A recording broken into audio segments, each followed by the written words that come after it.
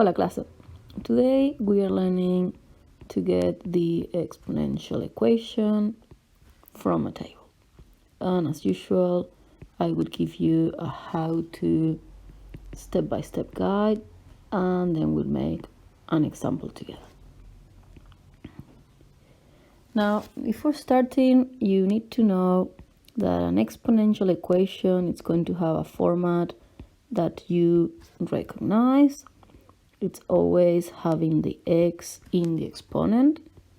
So it looks like y equals some base to the power of x plus a plus c. And remember that this is your base and your a and c are your translations, your movements.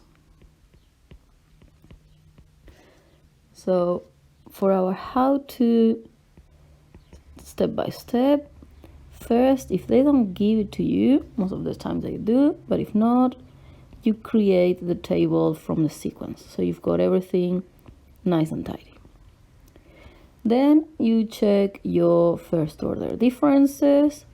You always start there, and you're hoping for a constant, but it's not going to be a constant in this case.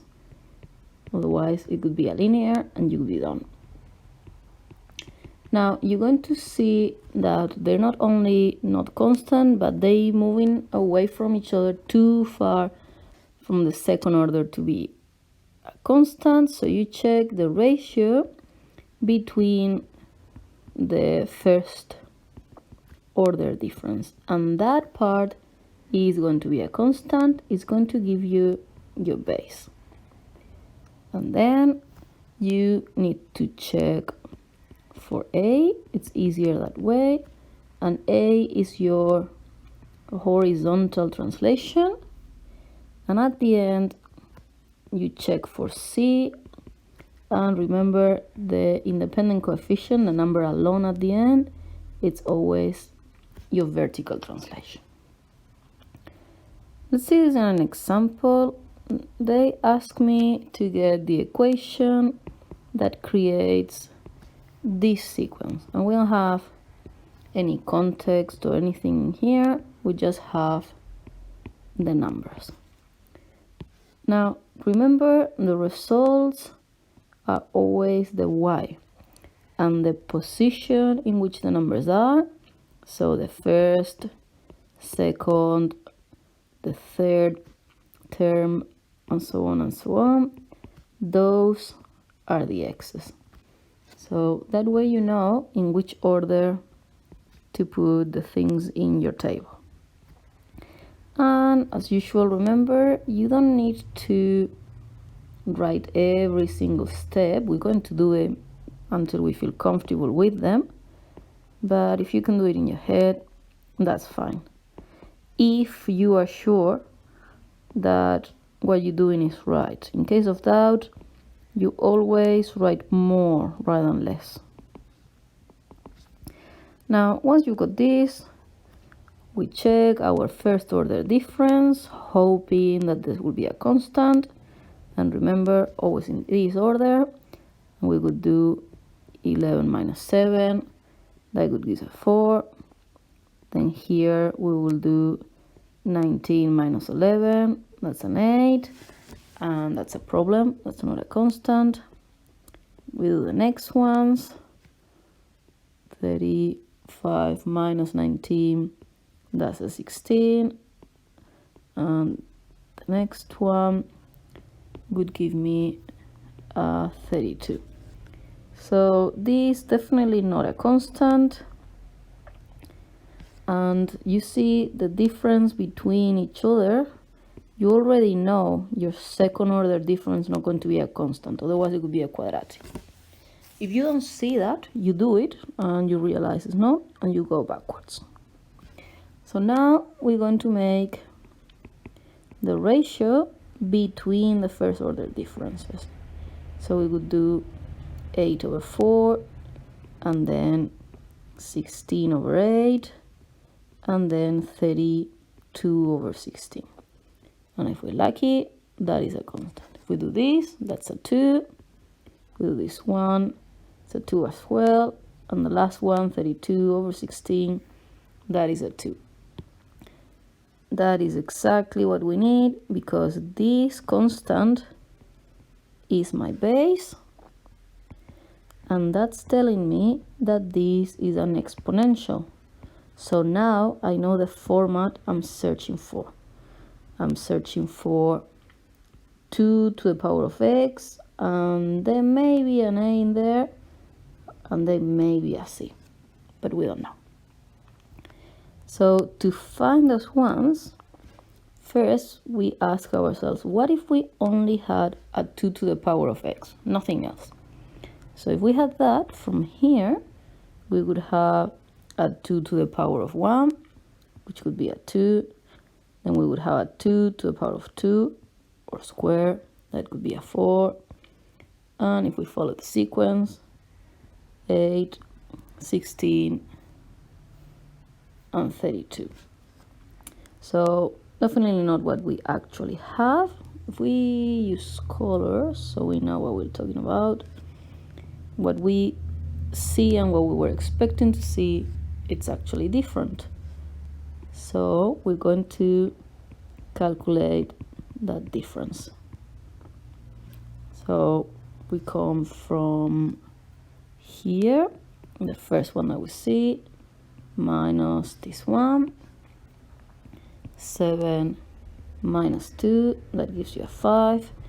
We do the next one, 11 minus 4 gives you a 7.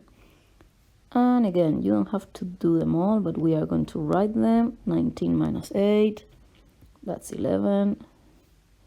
35 minus 16, that's a 19. And 65 minus 32, it's a 35 in there. Now, that's giving you a hint of which one of these two are actually happening. Because if I look at here, I see the right numbers in the wrong place. And if you use that mnemonics, it's actually going to help you remember what happened there. If you see in that, that's telling you that there is some horizontal translation, and you need to come and find it. So it's going to be x plus something. So what you do is you find where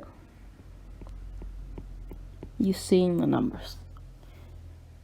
And if you look at here, I should be seeing them here, and I see them there. So you think, well, how do I get to this place? Well, that's a 2 plus 1. This plus 1 is your horizontal translation. That's a very ugly A. So now you know that this was a plus 1. Now we need to check for the vertical translation. So we're going to call it vertical difference. So we know the difference between them. And we do exactly the same what we were expecting to see. Let's use a different color. I'm running out of greens. Let's use the darker green.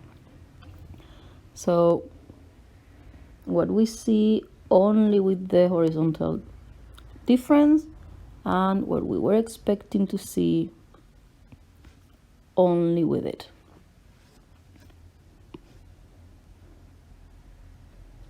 And if everything goes to plan, that gives us a constant, and it needs to give us a constant, because a vertical translation will always be constant. We move everything up. So if we do this, that gives us a 3 again. That is a very good thing. Let's box it here. So this is telling me that everything got moved up 3 units. That is your C. So now if we remember our formatting here, We were searching for a 2 to the power of x plus a plus c. The 2 came from the base. Now we've got these 2. We've got everything ready, so we can box it in here. Let's come at the end and put all of this together for our equation. 2 to the power of x plus 1 plus 3. They ask an equation, that's what we're doing it. So to show that we finished, we box it, and we're done. Now it's your turn to go and practice. Thanks for watching.